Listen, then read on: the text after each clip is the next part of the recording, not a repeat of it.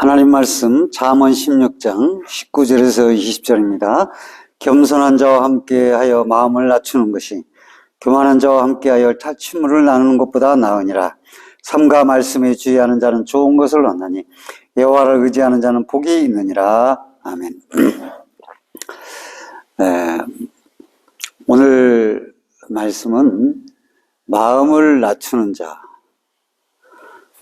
교만한 자와 비교를 해서 우리에게 말씀을 주고 있습니다.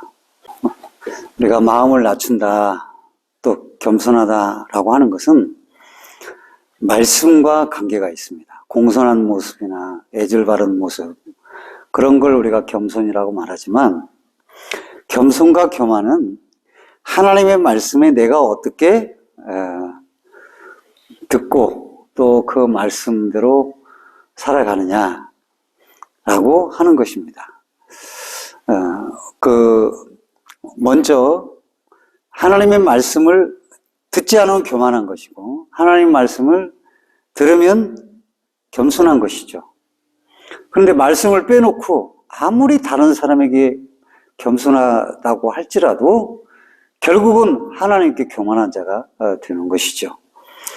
성경은 우리가 하나님의 말씀을 들으려고 하면은 먼저 우리의 마음이 낮아지고 낮춰져야 한다라고 말합니다. 내 마음을 낮출 때에 그 다음에 하나님의 음성을 듣고 성경을 읽을 때도 그 말씀에서 하나님의 음성이 무엇인지를 알 수 있고 깨달을 수가 있는 것이죠. 말씀을 아무리 많이 읽어도 내 마음이 교만하면 그 말씀이 들어올 수가 없는 것입니다. 근데 사람이라는 게 조금만 해도 교만하거든요. 사람들이 그 교만함을, 자기가 교만하다는 걸 다 몰라요, 저부터. 김구 선생이, 저는 민족주의자 김구 선생을 존경하고 좋아하는데, 백범일지에 보면 관상은 신상보다 좋지 못하고 신상은 심상보다 좋지 못하다, 그 말이 있어요. 얼굴이 아무리 이뻐도 신체보다 못하다 이거예요. 그러나 또 신체가 피지컬이 아무리 좋아도 마음이 좋지 않으면 마음보다 좋은 건 아니다. 마음이 잘못되면 다 잘못된다. 그래서 이 교만과 이 겸손은 내 마음에 어떻게 하나님의 말씀을 받느냐, 받지 않느냐에 따른 거죠.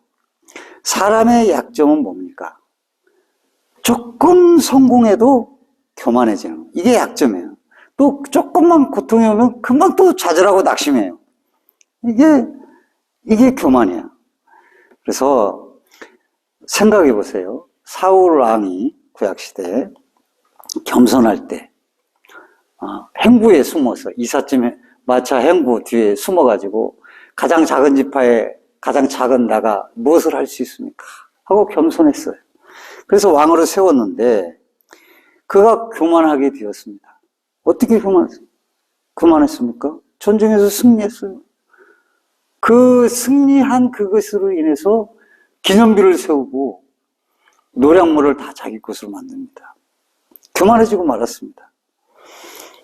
그러니까 오히려 승리가 문제가 된 거예요. 차라리 전쟁에서 실패했으면 나는 부족한가 보다, 내가 부족해서 졌어 하고 낮아질 수는 있지.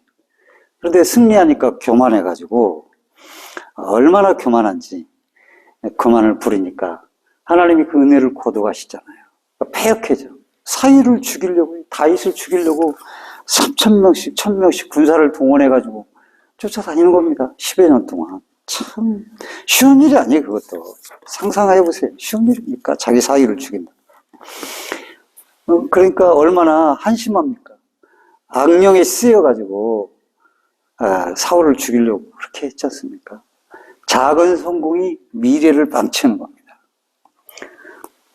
이겼다는 것이 아주 교만해지고, 그로 인해서 그 교만이 자기 스스로 칼로 찔러 죽는 게 아니라, 문제가 아니라 자기 집안이 다 무너지게 되었던 것입니다. 그래서 우리가 교만하지 않는 게 참 중요한데 어떻게 교만하지 않을 수 있는가? 오늘 성경 말씀 말합니다. 따라서 합시다. 삼가 주의 말씀을 들으라. 네, 삼가 주의 말씀을 들으라. 그겁니다. 삼가 하나님의 말씀에 주의하라. 그러니까 무엇을 하든지 삼가, 이게 하나님의 말씀인가? 하나님이 뭐라고 하시지? 또 하나님이 어떻게 하시지? 어떻게 뭘 바라실까? 이게 바로 삼가예요. 그렇게 삼가 주의 말씀을 듣기 위해서 우리 마음을 낮춰줘야 돼요. 주의 말씀을 들어야 돼요. 그래 교만하지 않을까. 삼가. 야곱은 20년 동안 이삼촌 라반의 집에 종노릇하고 살았습니다. 근데 20년 동안 야곱은 형한테 팥죽 한 그릇에 장사권 빼앗고 자기 그 교만으로 자기 노력으로 다 이루려고 했어요. 이룰 수가 없어요. 그런데 결국은 돌아오면서 약복 강면에서 하나님과 대면하잖아요. 환도뼈가 부러지고 나서야 그가 깨닫고 너는 이스라엘이라 라고 말하잖아요. 하나님이 말씀하시잖아요. 그러니까 우리들이 신앙생활 아무리 오래 해도 삼가 주의 말씀을 듣지 않으면 암기자라고 뭐 신앙생활 오래 하고 직분이 높고 다 소용없어요.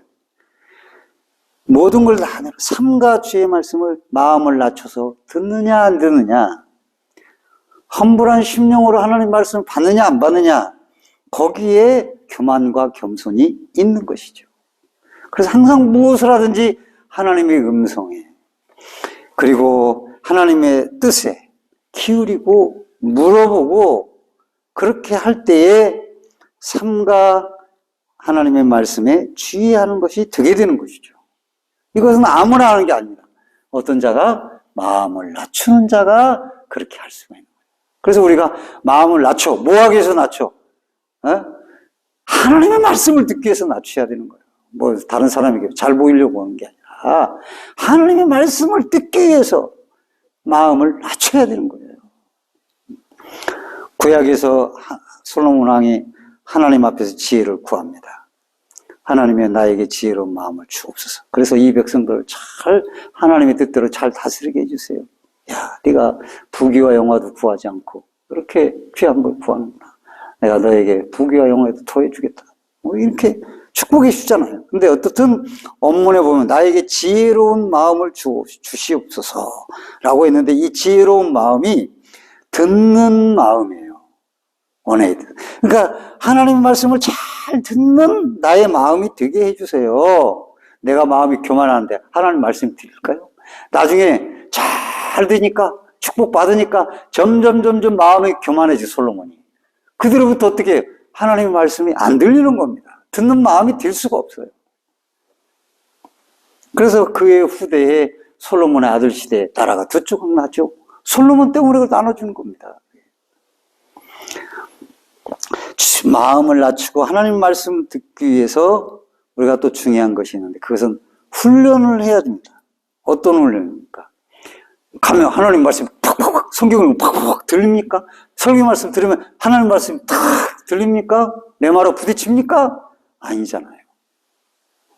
어떻게 합니까? 조금 컴다운, 컴다운 시켜야죠. 말씀을 듣기 위해서 기다리는 거예요. 그래서 청교도 신앙에서 신앙의 원칙을 말할 때 waiting on the Lord라고 그랬습니다. 주님을 기다리듯이 매사에 매 순간마다 기다리면서 어떤 일이 있을 때 기다리라 이거예요. 급하게 하지 말고. 마치 주님이 오시는 것을 기다리는 것처럼 그런 마음으로 기다리면서 주의 음성이 뭔가, 주의 뜻이 뭔가 분별하는 거죠.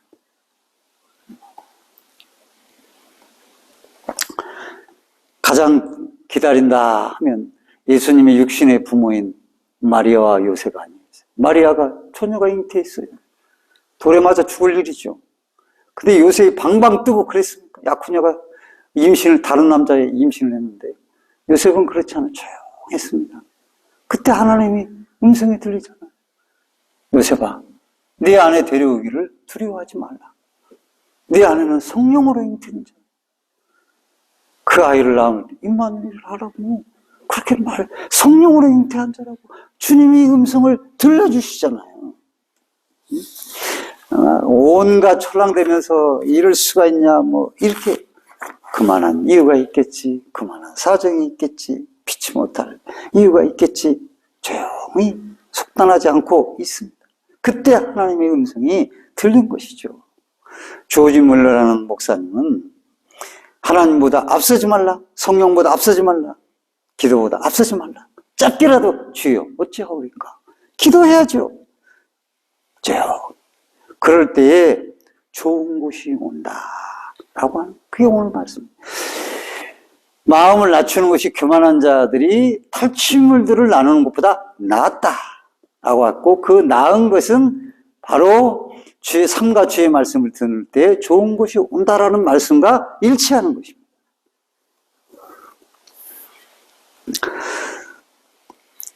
좋은 것을 얻게 된다 이거예요. 좋은 것을 그렇게 마음을 낮출 때.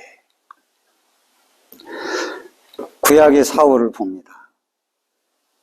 사무엘상 13장에 보면은 블레셋의 이스라엘을 공격하기 위해서 해변의 모래와 같이, 그러니까 표현이죠. 해변의 모래와 같이 그 당시 그런 인구가 있겠어요. 그렇게 보였다 이거예요. 그러니까 넌 이스라엘 백성들이 두렵고 사울도 두려워 떨었어요. 그러니까 그런데 하나님이 이래 동안 사무엘을 통해서 이래 동안 기다리라. 이래가 됐어요. 백성들은 두려워서 다 도망갑니다. 그러니까 사울이 그 일에 딱 되자 기다리잖아. 다른 또 해가 있잖아요. 응? 아침 딱 안 되겠다. 사울은 오지 않고 지금 백성들은 다 흩어지고 어떻게 할 수 없다. 번제와 화목제물을 가져와라. 자기가 직접 선지자의 제사권을 침범해서 예배를 드립니다. 이것은 뭐 침범하냐 아니냐 문제가 아니라 하나님의 말씀을 어긴 것이 된 것이죠. 그래서 딱 번제를 드리고 나니까, 마치고 나니까 사무엘이 온 거예요. 그때 사무엘이 만일 왕이 하나님의 말씀 명령을 지켰더라면 왕의 이스라엘 대대로 왕의 자손이 왕을 해먹을 수 있었는데, 세웠을 건데 하나님이 패하시겠다 라고 말씀을 하시잖아요. 그 한나절, 아니면 그 한 시간 못 기다려가지고, 결국은 사울은 그 가문이 다 무너지고, 그 자신도 무너지게 된 거예요. 그 정도로 기다림이라는 것이 하나님의 말씀을 듣는 것과 매우 중요한 문제가 있게 됩니다. 조급하게 모든 일을 하면 안 됩니다. 우리 믿는 사람들. 저도 굉장히 조급한 부분이 많은데, 그래서는 사도행전 17장 11절을 보면 베레아 사람은 데살로니가 가까이에 있는 사람보다 더 신사적이어서 간절한 마음으로 말씀을 받고 그러한가하여 날마다 성경을 상고함으로 그 중에 믿는 사람이 많고 라고 기록을 하고 있습니다. 바울이 제2차 전도여행에서 아시아로 가려다가 비두니아에서 손짓하여 천사가 손짓해서 성령이 손짓해서 갔는데, 거기가 뭡니까? 마게도냐 첫 성의 빌립보에서 복음을 전 빌립보 교회가 탄생하고, 그 다음에 데살로니가 교회가 탄생, 그 다음에 세 번째가 바로 오늘 나오는 베레아 교회입니다. 이 베레아 교회. 그런데 베레아 교회는 신사적이라면 뭐를 말합니까? 교육을 많이 받은 사람, A 바른 사람, 그런 의미도 있지만 노블하다, 고상하다, 바탕이 좋다, 그런 뜻이에요. 그러니까 하나님 말씀을 잘 기다리고 찾으면 노블한 사람이 되는 거예요. 바탕이 좋은 거예요. 말씀이 그런가? 상고하고 깊이 들어가고 넓게 생각. 말씀으로 모든 걸 활짝. 그러니까 그렇게 말씀을 받고 그러한가 하고 연구하고 아멘하고 받고 하니까 열린 그 옥토밭이 되어서 30배, 60배, 100배 좋은 것을 얻게 되는 것이죠. 그런데 오늘날 교인들은 성급하게 판단하고 성급하게 말하고 성급한 행동하고 뭐 불길이 길길이 뛰고 뭐 그래서 교회도 막 시끄럽고 난리가 아닙니다. 왜? 고상하지 못해. 마음을 낮춰서 말씀을 듣지 않기 때문에. 그러니까 좋은 게 다 물러가는 거예요. 말씀을 듣지 않으면 안 듣는 상태로 있으면 좋겠는데 그것이 뭐냐? 곧 교만한 자야. 교만한 자가 되는 거예요. 그러니까 좋은 곳이 다 은혜가 막혀요. 말씀을 맺겠습니다. 겸손은 예의 바른 것, 공손한 것, 자기보다 남을 낮게 여기는 것 등을 다 포함하지만 가장 중요한 핵심은 하나님의 말씀을 받느냐, 받지 않느냐 하는 것입니다. 아무리 사람들 속에 겸손하다 한들 말씀을 거역하면 교만한 자가 되는 것입니다. 그래서 늘 기다리며 말씀을 듣는 훈련을 해야 하는 것입니다. 그래야 겸손한 사람으로서 삼가 주의 말씀을 듣는 마음을 낮추는 자가 되는 것입니다. 그리고 좋은 것을 얻게 되는 것입니다. 거기에서 좋은 것이 오게 되는 것입니다. 어쩌면 우리는 신앙생활을 오래 하고 목사임에도 불구하고 항상 하나님만 아시는 교만이 나에게 있어서 좋은 것이 탁탁탁탁 다 막힐 수가 있었던 것입니다. 그런 삶을 살고 있는지도 모르는 것입니다. 그러므로 오늘 마음을 낮춰서 삼가 주의 음성과 말씀을 들어서 겸손한 자로 좋은 것을 얻는 성도 여러분, 저와 여러분이 되기를 주의 이름으로 간절히 축원드립니다. 아멘.